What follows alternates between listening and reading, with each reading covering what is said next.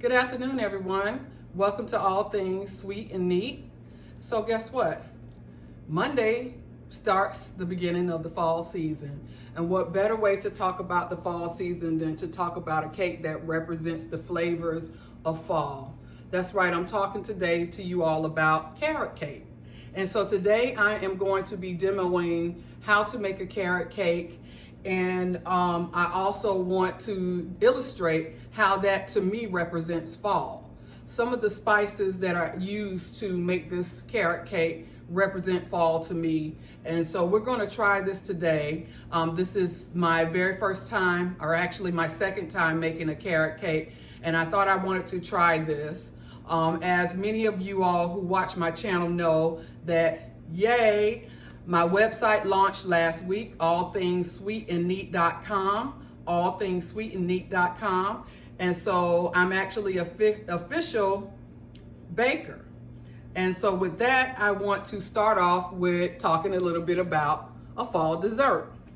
So there are several ingredients in making a carrot cake, and what I did was I fused together several different recipes, partly of the favorite items that I think that would represent a good carrot cake.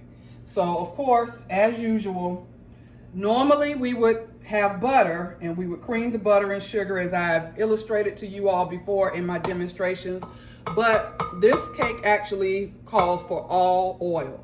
And so today we're going to be creaming the oil with the sugar. And the good part about this dessert is that you do not have to add things one at a time. You actually can add your eggs, your oil, your sugar, and your vanilla all at once. And so that's what I'm going to be doing.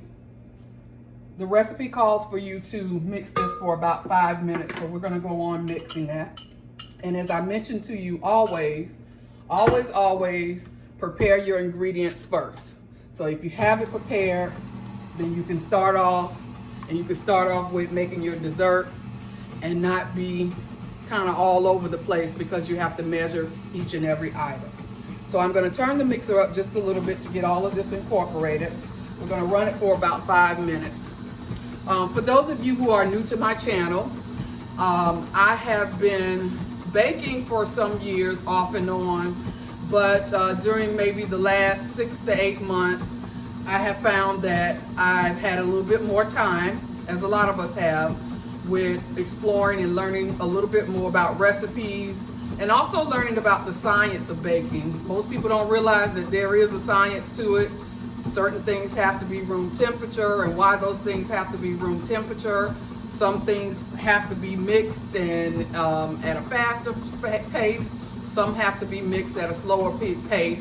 And so I'm learning a lot about the science. I'm even learning about the correct temperatures for your oven and things like that, and how to make sure that you're incorporating your mixture well so that you can get the right ingredients and can have a perfect bake every time. So as you all go along with me in this journey, I ask that you go to my website, allthingssweetandneat.com, and subscribe for weekly updates. I have a blog on my website, which you can find out and get a little bit more recipes such as the one for today, and learn a little bit more about my baking, as well as purchase items. So I have a bowl here.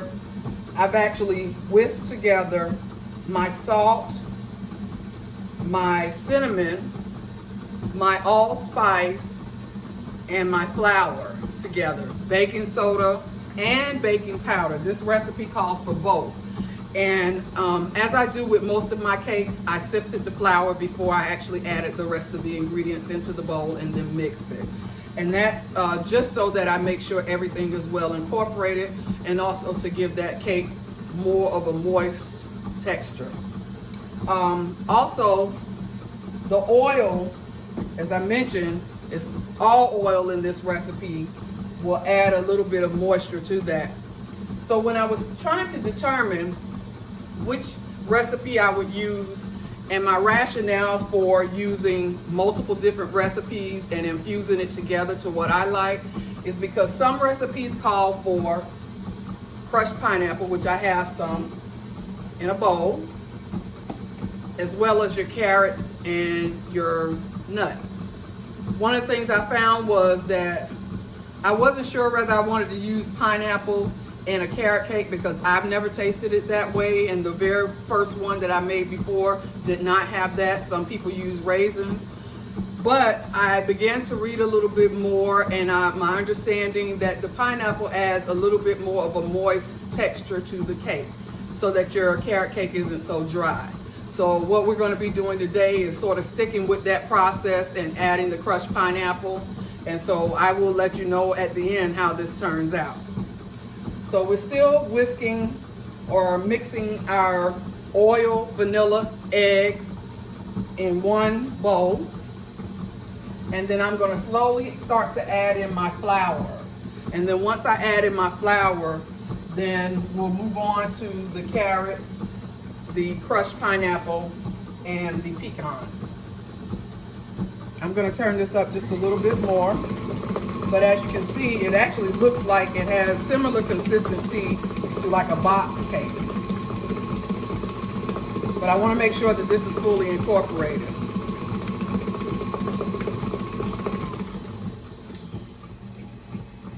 Okay. And I am going to do what I always tell you all to do, which is to scrape down the sides of your bowl before you begin to add any additional ingredients. And so because I'm getting ready to add that flour, I want to make sure my bowl is scraped down so that way I don't have a lot of mess going on and everything gets fully incorporated. So I'm going to add just a few tablespoons, big spoons at a time, of the flour mixture. As I mentioned, it has my allspice and cinnamon, baking powder and baking soda, and a little bit of salt. This recipe also does not call for milk, buttermilk. And my assumption on that would be is because you have all of this oil, and the oil sort of gets that moisture that you're looking for in a regular cake that you wouldn't necessarily have. Some recipes also call for you to use brown sugar. One thing I also should say is I always tell people to prepare their cake pans. I'm using my cake belts again today to make sure that this is perfectly nice and level, because once these cakes are completed, I'm going to do a cream cheese frosting, and I will show you the end result once we've completed that. Okay, I am going to add my next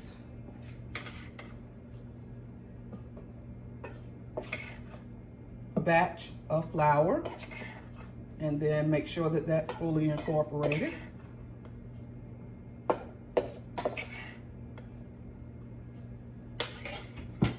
And I'm doing this in thirds. It didn't say to do it in thirds,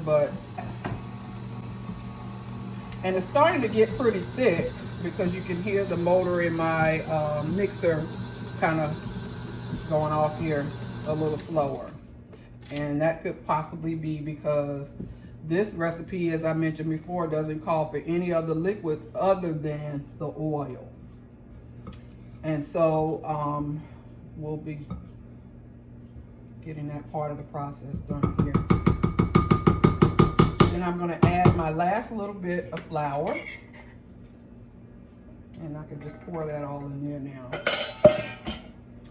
I am having a great day. I apologize for not taping for a little bit, but I actually did do a blog on my website, so I'm trying to get people to encourage them to go in and subscribe to my website.